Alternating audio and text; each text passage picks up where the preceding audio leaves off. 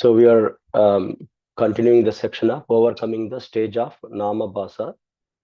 Yesterday we talked about the ignorance and anarthas, which are the hindrance to coming to the stage of offenseless or Shuddha Nama. So today, what is Sri Chaitanya Mahaprabhu's instruction? This instruction reads as follows: Trinadapi Sunichena Tarorapi Sahishnuna Amanena Manadena Kirtaniya Sadahari.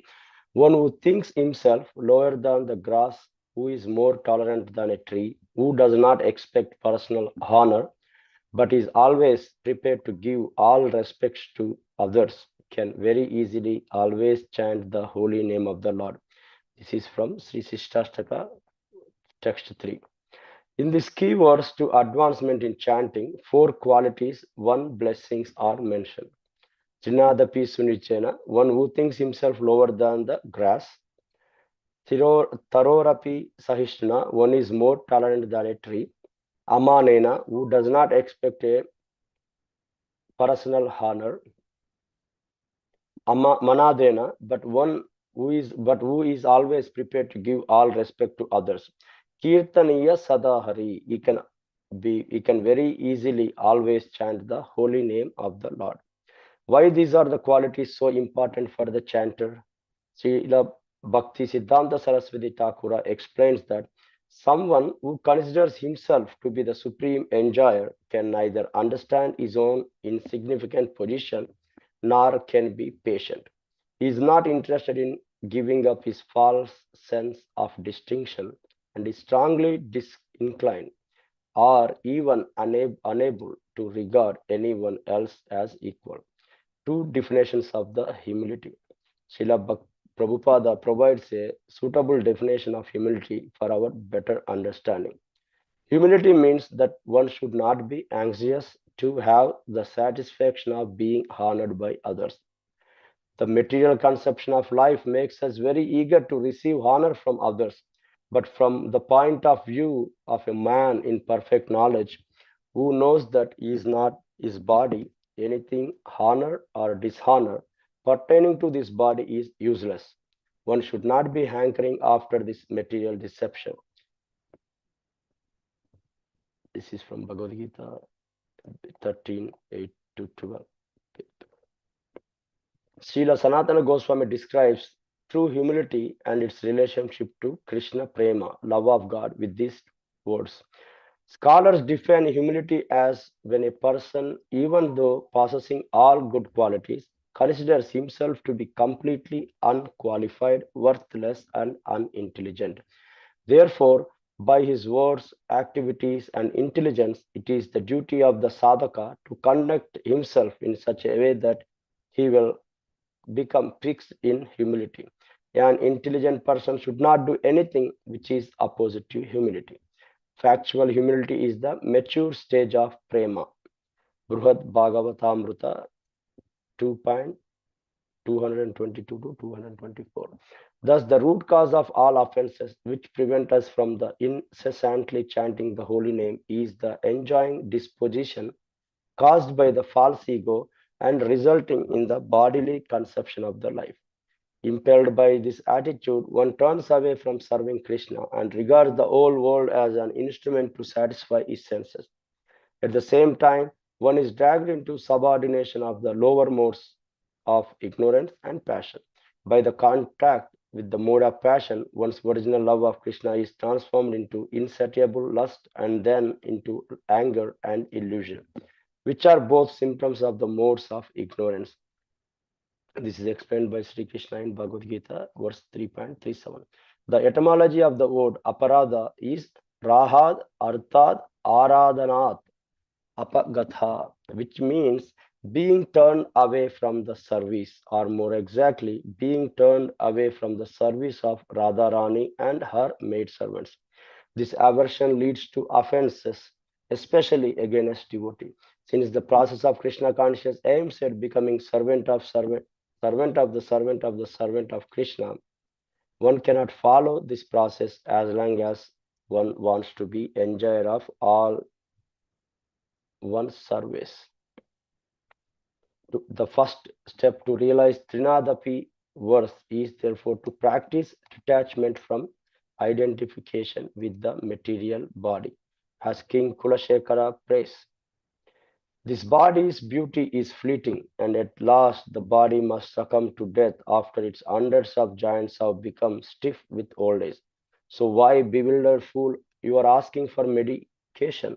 Just take the elixir of Lord Krishna's name, the one cure that never fails. This is from Mukundamala Stotra 37.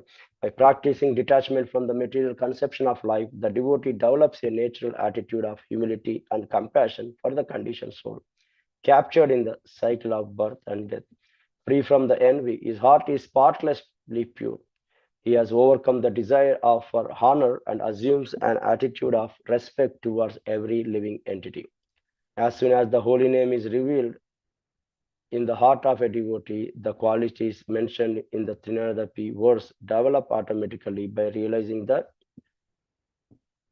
he is eternal servant of Sri Krishna and there is no necessity for material life. He becomes naturally disinclined to all that is material.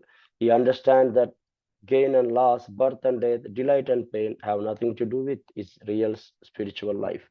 There are nothing but after effects of previous karma. Trinadapi Sunichena, one who thinks himself lower than the grass. Why does the devotee pray to become more humbler than the grass in the street? Although the grass is mere matter, still it has a natural and appropriate ego.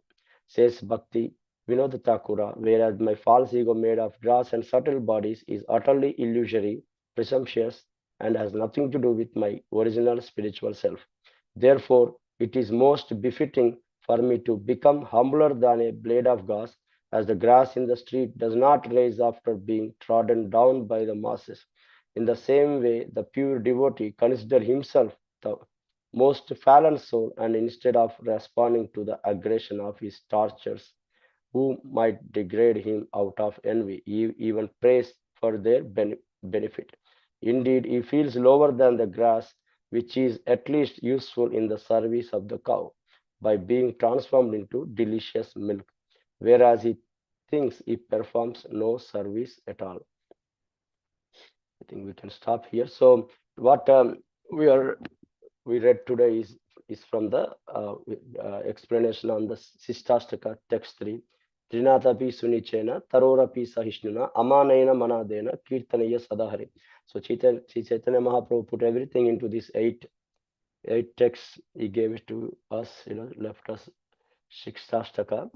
All these, some few verses related to Sambandha, Vidya, and Prayojana.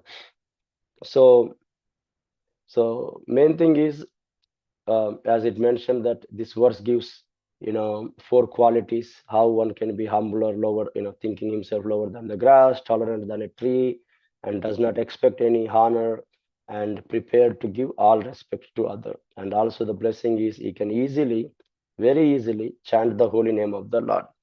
And as we have been reading the importance of humility in whatever book we are reading on the japa, humility is one of the best quality. That is the only way our God reveals to us in our heart. So Prabhupada gave a couple of definitions. One is humility means one should not be anxious to have satisfaction by being honored by others, and